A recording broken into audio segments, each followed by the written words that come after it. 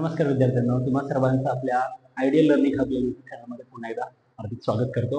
मी सिद्धांत. आज आपण बघणार आहोत मॅथ्स 1 गणित भाग 1 10वीचा जो आपण सिलेबस चालू केलेला आहे त्याच्यामध्ये पहिल्या धड्यातलं पहिल्या चॅप्टर मधलं जे एक्सरसाइज 1.3 1.3 त्याच्यामध्ये जो क्रॅमर रूल आहे ज्याला निश्चय पद्धत किंवा डिटर्मिनंट्स मेथड असं बोलतात, तर ती मेथड आपण आज बऱ्यापैकी समजून घेणार. त्यातले सगळे बेसिक्स जे आहे ते आज आपण समजून घेऊ. चला तर मग विना विलंब आपल्या व्हिडिओला सुरुवात करूया. चला, हे बघा, जे क्रॅमर रूल आहे हा जो निश्चय पद्धत ही पहिल्यांदा आपण समजून घेऊ की या गणितामध्ये आपण बघितलं याच्या आधी की दोन प्रकारचे समीकरण तुम्हाला दिले जातात. बरोबर आहे, हे एक समीकरण आणि हे दुसरं समीकरण. हे समीकरण एक, हे समीकरण दोन. आणि या दोन्ही समीकरणामध्ये तुमचं टार्गेट काय, म्हणजे तुम्हाला काय फाइंड आउट करायचं असतं. तुमचं फाइंड आउट करण्याचं टार्गेट आहे to find the value of x and y. Okay, जसं आपण बेसिक्सच्या पहिल्या 1.1 च्या बेसिकमध्ये बघितलं होतं की हे या टाईपचे गणित सोडवण्यासाठी आपल्याकडे तीन पद्धती आहेत. पहिली पद्धत आहे जी म्हणजे एलिमिनेशन मेथड, ती आपण 1.1 मध्ये बघितली. दुसरी जी मेथड आहे ती ग्राफ मेथड आहे, ती अजून आपण बघायची आहे. पण ही तिसरी मेथड आधी घेण्याचे कारण पण आहे की ही मेथड काही मुलांना जरा ट्रिकी वाटते थोडीशी, पण त्याच्यामध्ये खूप साऱ्या अशा छोटे छोटे आयडियाज जर तुमच्या लक्षात आल्या तर हे गणित जे आहे ते तुम्हाला ऍब्सोल्युटली 100% मार्क देऊन जाईल. म्हणजे जेवढे तुम्हाला मार्क हवे तेवढे सगळे मार्क हे गणित देऊ शकतं. फक्त एक छोटी ज्या काही यातल्या आयडिया आहेत थोड्या ते फक्त लक्षात घेणं गरजेचं आहे. चला तर मग बघूयात आपण. आता हे एक्स आणि वाय काढण्यासाठी या पद्धतीने तुम्हाला गणित दिलं जातं. मी दोन मेथड तुम्हाला सांगेन, दोन पैकी तुम्हाला जी मेथड आवडेल त्या मेथडला तुम्ही फॉलो करा, किंवा तुमच्याकडनं कुठली मेथड असेल तर ती मेथड मला तुम्ही कमेंट बॉक्समध्ये तुम्हाला सांगू शकता. ठीक आहे, बघा, पहिली मेथड जी आहे डिटर्मिनंट्स फाइंड आउट करण्यासाठी आपण डी त्यानंतर dx आणि dy अशा तीन ज्या आहेत त्या व्हॅल्यू फाइंड आउट करत असतो निश्चय एखाद्या फॉर्म मध्ये. डी, dx आणि dy. डिटर्मिनंट पहिला, determinant in with respect to x म्हणूया, determinant with respect to y, अशा तीन किमती आपण काढत असतो. तर या ज्या सगळ्या काय मेथड आहे ती निश्चय एकाच्या फॉर्म मध्ये आपण करतो, म्हणजे एक मॉड मध्ये आपण करतो. या पद्धतीने आपण चौकटीमध्ये त्या संख्या लिहून त्यांना आपण क्रॉस मल्टिप्लाय म्हणजे तिरका गुणाकार वगैरे करून आपण त्या गोष्टी करत असतो. तर कसं करायचं सगळं ते नीट समजून घेऊ आपण. पहिल्यांदा हे जे डिटर्मिनंट आहेत ते कसे बनवायचे असतात ते आधी समजून घेऊ. दोन मेथड आहेत, आपण पटकन ते करून घेऊ. बघा, एक तर ही मेथड आहे की तुम्हाला डी जर काढायचं असेल तर या समीकरणावरून तुम्ही डी मध्ये a1, a2, b1 आणि b2 हे करू शकता. या दोघांचा एकमेकांशी तिरका गुणाकार, तसंच या दोघांचा पण एकमेकांशी तिरका गुणाकार करून आपण मध्ये वजाचिन्ह देऊ शकतो. म्हणजे यांचं करताना कसं करणार आपण, a1 गुणिले b2 वजा a2 गुणिले b1 या पद्धतीने होईल. तुम्ही चिन्हाचे नियम वापरा, या दोघांचा गुणाकार करून वजाबाकी करून तुम्हाला एक उत्तर मिळेल. म्हणजे इथे तुम्हाला दोघांची मल्टिप्लिकेशन करायची, मायनस साइन मध्ये आहे पलीकडे मल्टिप्लिकेशन करायचे, त्यातून एक आन्सर तुम्हाला मिळेल. ओके, देन हा जो dx आहे तो कसा काढा, विथ रिस्पेक्ट टू धिस. याच्यामध्ये जो एक्स कोऑर्डिनेट दिलाय, ओके, याच्यात तुम्ही जो आहे तो तुमचा एक्स जो आहे तो बदलतो. म्हणजे हा इकडे b1 b2 जो आहे तो ऍज इट इज राहील. हा एक्स असेल तर जो एक्सचा सहगुणक आहे तो बदलून त्या जागी फक्त इकडे c1 आणि c2 येऊ शकतं. ठीक आहे, त्यानुसार हे होतं. ठीक, म्हणजे एक्स चा कोऑर्डिनेट आहे इथे, एक्सचा जो कोणी सहगुणक असेल तो फक्त यातून आपण रिमूव्ह करतोय, त्याच्या जागी फक्त बरोबर चिन्हाच्या पलीकडचा c1 c2 येऊ शकतो. हा, हे एक लक्षात ठेवू शकता. एक्स मध्ये एक्स रिमूव्ह करायचा आहे, वाय जो आहे तो ऍज इट इज आहे, म्हणजे हे वायचे सहगुणक, हा सी आहे पलीकडचा कॉन्स्टंट नंबर. ठीक आहे, याच्यामध्ये सुद्धा तुम्ही बरोबर चिन्ह करून कसं कराल, हे क्रॉस मल्टिप्लिकेशन होईल, हे सुद्धा क्रॉस मल्टिप्लिकेशन होईल. म्हणजे इथे होईल एका कंसात c1 गुणिले b2 वजा c2 गुणिले b1 means c1 multiply by b2 minus c2 multiply by b1. हे क्रॉस मल्टिप्लिकेशन करून तुम्ही त्याचा एक आन्सर काढू शकता. सेम आता dy जर काढायचं असेल तर काय सांगितलं मी, जसं इथे आपण c रिमूव्ह केलं होतं, a रिमूव्ह केलं होतं, जसं इथे आपण a रिमूव्ह केला म्हणजे x रिमूव्ह केला, तसाच या कॉन्टेक्स्ट मध्ये जर आपण घेतलं तर इथे as it is a1 a2 as it is ठेवायचा. याला जर पकडलं a1 a2 as it is, पण हा जो b1 b2 आहे त्याच्या जागी आता इथे आपण C1 C2 घ्यायचं. ओके, याला अजून क्लिअर करतो मी. आता मी फक्त तुम्हाला सांगतोय इथे सुद्धा सेम क्रॉस मल्टिप्लाय करा आणि आन्सर काढा. म्हणजे कसं होईल इथे A1 गुणिले C2 वजा A2 गुणिले C1 या पद्धतीने होईल. तुम्ही चिन्हांक नियम वापरून या पद्धतीने गुणाकार करून करू शकता. आपण एक दोन एक्झाम्पल घेऊन सुद्धा हे सॉल्व्ह करायचं. बेसिक मध्ये फक्त मी मेथड नाही सांगणार, एखादं एक्झाम्पल घेऊन पण, आणि बेसिक झाल्यानंतर मग आपण 1.3 पूर्ण एक्सरसाइज आपण त्याच्यामध्ये कव्हर करू. ओके, आता इथे तुम्ही काय समजून घ्याल बघा. एक ट्रिक जी तुम्हाला मी सांगतो, ही मेथड नंबर 1 आहे आजची. मी अजून एक मेथड सांगणार. तर ही एक मेथड, याच्यामध्ये काय समजून घ्याल की हे जर या टाईपचे एक्झाम्पल्स असतील तर तुम्हाला काय करायचंय, तुम्हाला सुरुवातीला जो डी आहे तो डी फक्त एक्स आणि वाय चे सहगुणक घ्यायचे. म्हणजे एक्सचा कोण आहे A1 A2 आणि वायचा आहे B1 B2. ओके, ह्याला फक्त तुम्ही लक्षात ठेवा की या पद्धतीने. आता याच्यावरूनच हा आणि याच्यावरूनच हा असे बनवायचे. म्हणजे आता याच्यावरून हा कसं बनेल, तुम्हाला फक्त एक्सचा जो सहगुणक आहे, एक्सचे मल्टिपल्स आहे ते काढून टाकायचे. बी ऍज इट इज ठेवायचं आहे बघा, आणि A1 A2 च्या जागी तुम्हाला C1 C2 प्लेस करायचं. ओके, आता याच्यावरूनच हा कसा तयार होतोय बघा. तर A1 A2 जो आहे तो ऍज इट इज ठेवायचा आहे, आणि जो B1 B2 आहे त्याला रिमूव्ह करून त्याच्या जागी तुम्हाला C1 C2 ऍड करायचा आहे. अशी एक ट्रिक आहे. अजून एक त्यातच समजून घेण्याचं, हे तुम्ही लक्षात ठेवलं की इथे एक्स आणि वाय, एक्स जिथं असेल ना तिथं एक्स काढा आणि सी टाका, वाय जिथं असेल तिथे वाय काढा आणि सी टाका, असं पण लक्षात ठेवू शकता. लक्षात ठेवण्याची मेथड कशी पण होईल, आणि इथे D D x D Y तुम्ही तयार करू शकता. ओके, याला म्हणायचं डिटर्मिनंटच्या फॉर्म मध्ये आपण निश्चय काढले.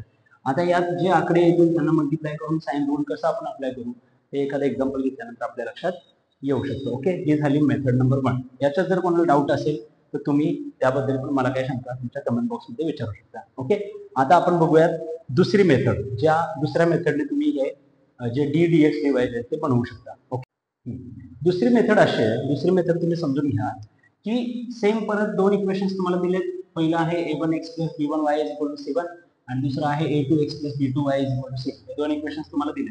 यातून तुम्हाला डी डी एक्स आणि डी वाय बनवायचं हे आपलं टार्गेट आहे. इथे डी कसं बनवाल, आधी आपली इथे नंबरिंग घेऊया. नंबरिंग कसं आहे, हा आहे 1, हा आहे 2 आणि हा आहे 3. ओके, म्हणजे हे दोन्ही पण 1, ओके, हे दोन्ही पण 2 आणि हे दोन्ही पण 3. मग आपल्याला पहिल्यांदा काय समजून घ्यायचंय की इथे असतो 1 2 मीन्स 12 म्हणजे 12. ओके, डी म्हणजे काय 12. 12 म्हणजे काय आपल्याला काय कळलं, हे 1 मीन्स A1 A2. ओके, नीट समजून घ्या. आणि हे 2 मीन्स B1 B2. म्हणजे जर तुम्ही D इज इक्वल टू 12 लक्षात ठेवलं आणि जर हे सिक्वेन्स जर तुम्ही दिलं तर तुम्हाला क्रॅमर रूलचा डी बनवायला येणार 100%. काय प्रॉब्लेम नाही, बघा एकदम इझी झालं. आता जो dx आहे तो आपण कसा करतो, dx आपण करतो असा 3 आणि 2, म्हणजे पहिल्यांदा हे घेतो नंतर हे, म्हणजे dx इज इक्वल टू काय लक्षात ठेवाल तुम्ही 32. Okay, 32 means C1 C2 and B1 B2. म्हणजे dx इज इक्वल टू तुम्ही काय लक्षात ठेवलं 32. हे ट्रिक तुम्ही लक्षात ठेवलं.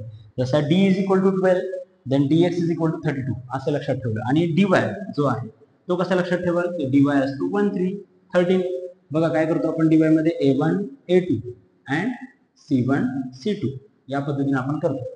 म्हणजे इथे तुम्ही एक शॉर्ट मध्ये असं लक्षात ठेवू शकता की d जर फॉर्म करायचा असेल so d is equal to 12, dx is equal to 32 and dy is equal to 13. Okay, हे तुम्ही लक्षात ठेवलं की तुम्हाला d dx dy फॉर्म करायला आले. एकदम इझी वेने तुम्ही हे लक्षात ठेवू शकता. काय लोकांना ही मेथड आवडते किंवा समजून घेता येतं पटकन लक्षात राहते, काय लोकांना आधीवाली सांगितलेली मेथड. कुठल्या मेथडने जावा किंवा तुमच्याकडे आणखीन कुठली एखादी मेथड असेल तुम्ही मला नक्की शेअर करू शकता ती गोष्ट. तर हे जे लक्षात ठेवण्याने एकदम इझी आहे. 12 32 13 बोलायला पण छान वाटतं आणि आपल्याला ते लक्षात राहतं.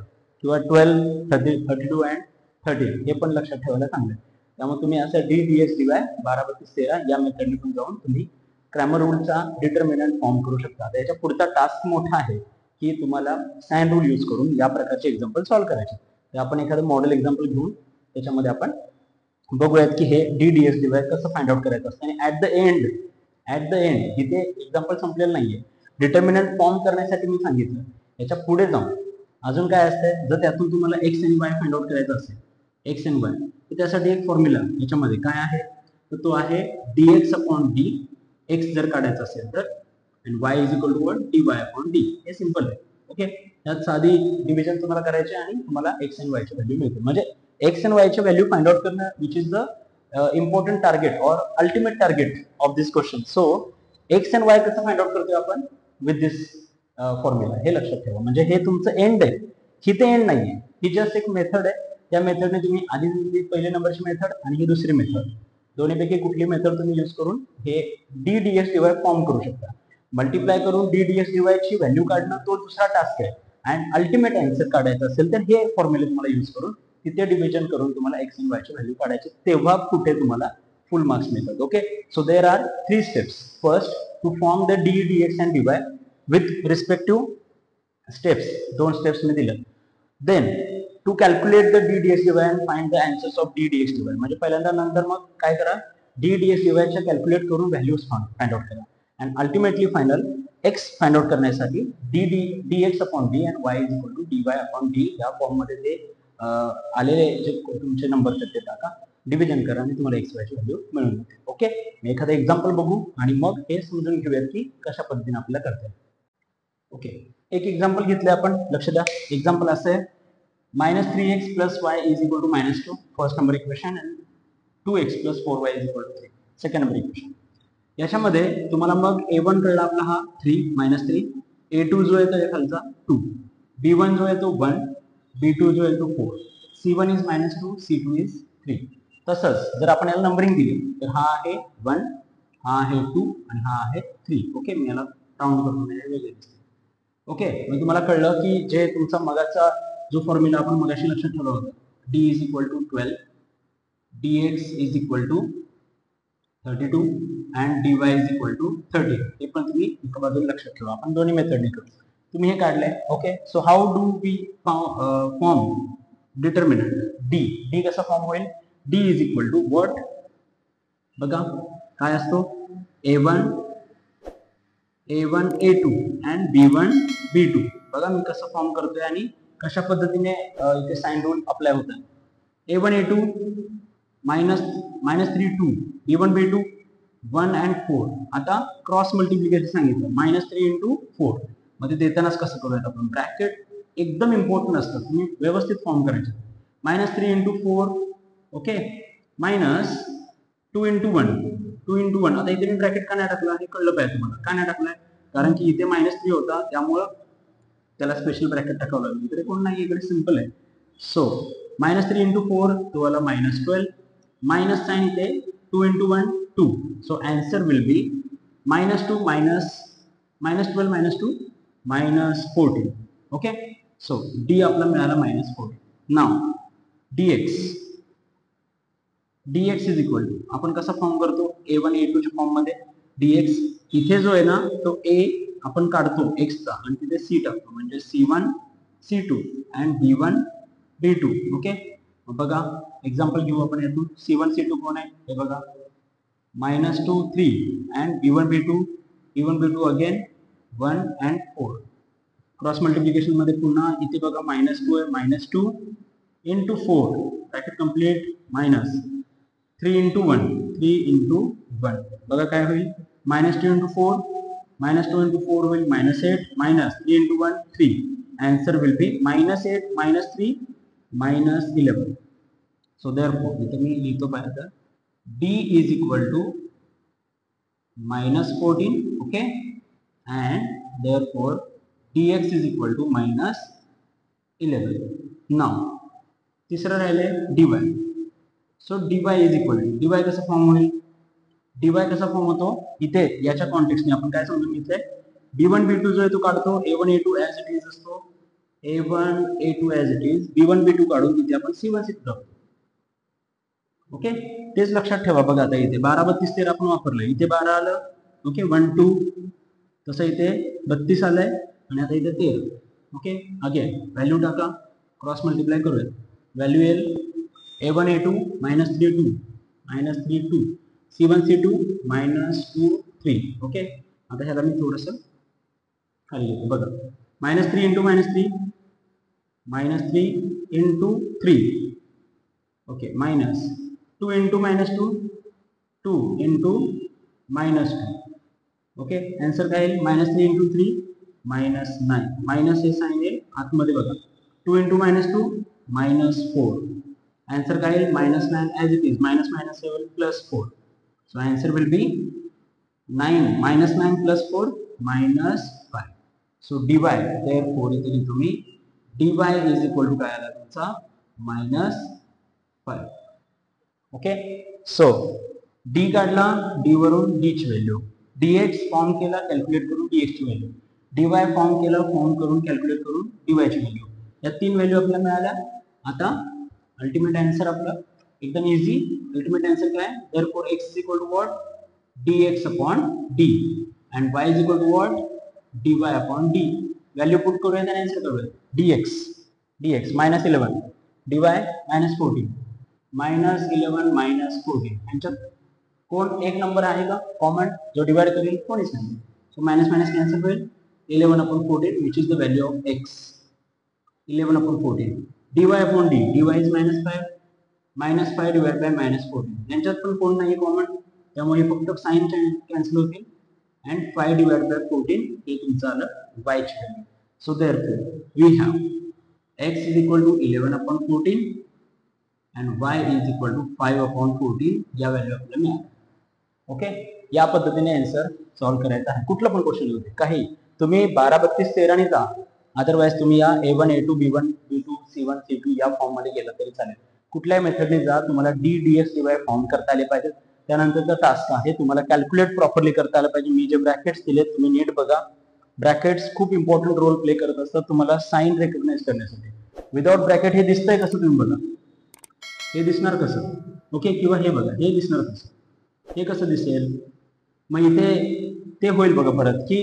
नक्की काय करणार आहे मल्टिप्लिकेशन का सबट्रॅक्शन नक्की काय आयडेंटिफाय होत नाही रेकग्निशन करण्यासाठी तुम्हाला ब्रॅकेट द्यावं लागेल की नक्की मेन तिथली जी प्रोसेस आहे ती कोण आहे मल्टिप्लिकेशनची आहे का सबट्रॅक्शनची आहे त्यामुळे व्यवस्थित ब्रॅकेट द्यायला शिका कॅल्क्युलेशन प्रॉपर करा साइन रूल पक्के करा अजून झाले नसेल तर आपल्या चॅनलवरती त्या साइन रूलचे प्रॉपर व्हिडिओज आहेत ते बघा साइन रूल सरावानी होतात असे फक्त साइन रूल पाठ करून होत नाहीत त्यामुळे ते व्यवस्थित करा आणि हे जे मेथड आहे ती पण व्यवस्थित तिला सराव करून प्रॅक्टिस करून तिला पक्की करून टाका दोन मेथड दिल्यात त्यापैकी तुम्हाला जे आवडेल ती मेथड तुम्ही फॉलो करून मार्क्स मिळवू शकता ग्रामर रूल हा बनलाच आहे तुम्हाला आउट ऑफ मार्क्स देण्यासाठी आता तुम्ही कॅपेबल आहात की नाही ते मार्क्स आउट ऑफ घेण्यासाठी हे तुमच्यावरती आहे ग्रामर रूल स्वतः म्हणतोय की मी तुला पूर्ण मार्क्स देतो तुम्ही तुमची कॅपॅसिटी दाखवायची सराव करून की हा तू देतोयस आणि मी पण घ्यायला बसतोय माझ्यामध्ये तेवढे गट्स आहेत तेव्हा सराव करा सरावाशिवाय कुठली गोष्ट होत नाही त्यानंतर आता इथे